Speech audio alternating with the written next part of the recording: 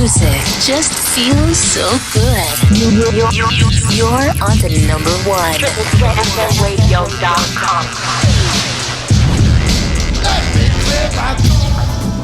You're listening to Triple Threat FM Radio with your boy DJ Wonderrican. That was Alex of Latin Nation with Danger, who I got on the air. Welcome to the show, Alex.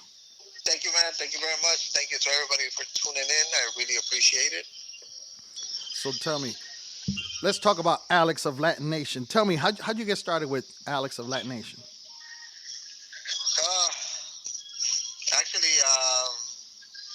just a couple of kids just trying to do something and being inspired by seeing, the movement starting, like between, the TK, the Cover Girls, the Shannon, and we wanted to give it a go.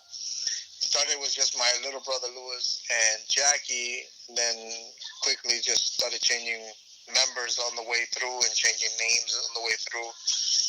Started as Latin Society, and then until we ended up with Latin Nation. But it was just a long ride and a fun ride at that, especially having my brother's part of it. Right. I saw a picture of you today with all your vinyl. So you used to DJ back in the day too? Yeah, that's what actually I started with. It was DJing. I started originally with hip hop, and then transitioned into house and freestyle, and that was my forte. And then later on, I just got into the Latin music, and then I just started mixing in and out. Because then I taught my two brothers to DJ, so then Caesar actually is the one that became the best one out of the three. I mean, his skills were amazing between blending and just grabbing acapellas and blending it into beats that you would not even think about, like how the hell you did that. He was very good at that. So I was very proud of him just taking over and just doing his thing. Okay, so who inspired you to sing, especially into freestyle? Well, musically, it was just my dad and my aunt. My mother. My mom was into church choir singing, and then my dad had his own Mexican band, and those were my main influence. Then from there, it was just listening to different people. I just love music, love being on stage, and just did what I had to do. So I see you do a lot of work with Artie Rodriguez. Tell me about that. I met Artie in beginning of '97. Went to do the Ferry Lopez show to perform there at Nunca, and met him. We became great friends.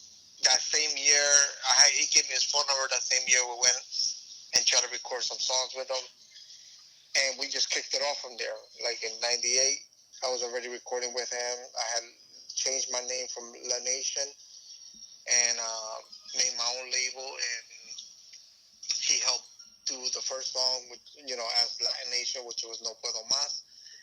And then from there on, it just took off. He became my big brother. He became my mentor. He became who I am today because he literally schooled me. He taught me things that I didn't know. Nobody. I have worked with so many great producers and so many great individuals, but the way Artie took care of us and helped us was beyond. Like the talking, the advices, what to do here, what to do there. It wasn't a rush, like get it done, let's get this going.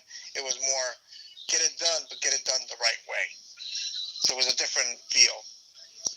So let me ask you, 2020 was like a messed up year with, you have no idea. Because a lot of artists can't perform at nightclubs or wherever.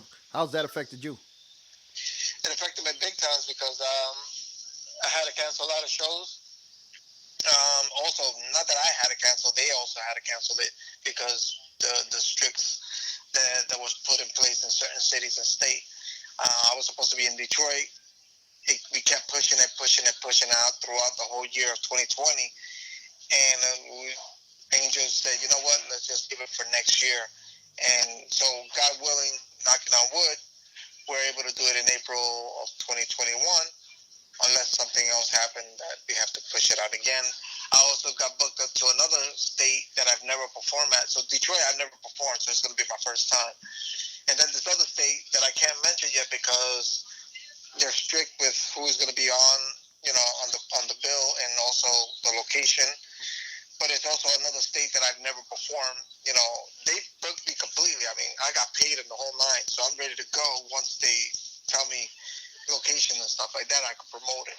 Right. Then I was supposed to do Florida. I was supposed to do Chicago, and so now it's just pending. It's just pending on when everything's gonna happen. So what's the farthest you've been to perform? Peru. Wow, that's pretty cool. I got the blessing to perform in San Antonio, Mala in Peru. Perform with, I was the only English speaking artist performing there. Everybody else was salsa and their traditional music that they have there. Oh. I perform in Chihuahua, Mexico, and in Guadalajara, Mexico. I perform in Ciale, Puerto Rico, and the rest is open in the States. Oh, okay. That's great. That's great. So now I know you're making a change in your genre. You want to talk about that? Well, I'm just trying this. I never wanted to be a person to be stuck in one thing. Since I was little, I was, I wanted to be in the metal band. I wanted to be a rapper. I wanted to, this was always me. So for a whole year, I did reggaeton. For a whole year, I did salsa only with El Cúmulo Brillante. For a whole year, I did Mexican music with El Grupo Recuerdo. So I have tried other genres. And hopefully I will be able to retouch those areas again. So this one, I wanted to try something different. And I started this project back in 2009 with Luis Marte, a.k.a. Luis Martinez. I told him, hey, I wanted to try something different, something new. What do you got? And he showed me a couple of projects that he was working on, and I fell in love with them. I was like, yo, I would like to do this. I would like to do that. So we made arrangements. I flew down, recorded with him. On the way back, I'm like, I want more. Right. Like, I ended up loving what I was doing. So then I hit up Artie, and then Artie did some other productions in the same area. And then from there, I said, okay, now I need some upbeat remixes. I hit up Pete Hoffman, DOS, said, hey, can you do 2 mixes for me? He did 2 mixes for Beautiful and Tainted Love. And then I hit up Flavio in Brazil, and I said, hey, can you do a spin on Tainted Love? And he said, yeah, sure, no, why not? And he did his mix. So it's all well-rounded. It's more R&B pop, more love songs than anything. Okay. But hopefully the audience will enjoy it and give it an opportunity. And right now it's getting good reviews with Worthless, Sebastian's song, and You Found One, which are the 3 first singles that I released off the album. Okay. So let's see how it goes. Okay, well, listen, I want to thank you for coming on the show, doing your interview. So we're going to, I wish you all the best of luck. Stay in touch, have you on the show again in the future. And we're going to play your latest track. It's Worthless. And thank you very much. before we go there, I know you changed your name too. So yes. How do you pronounce it? It's Ale Deporte. The Ale is what my mother called me, and my grandmother called me, God rest her soul. It's actually short for Alex, but they always cut off the X and they just say Ale. Deporte is Artie, who came. It's a personal thing between me and him on that subject. So I just said, I'm gonna go with this, and just change my persona and see how that goes. Big shout outs to also Truly Yours, who is the rapper on Worthless. A Europe, who is the rapper on Trouble. Luis Martinez, he did a lot of the background vocals on a lot of songs, and also his production. Artie did background vocals as well. So I got to also shout out Debbie Cole, because she did background vocals for my disco tribute that I did. So again, this album has a little mix of everything. So I just hope people just take a listen and give it a try, give it a spin, and the opportunity is there for you guys to enjoy it. All right, man. I thank you once again, Alex, for coming on the show.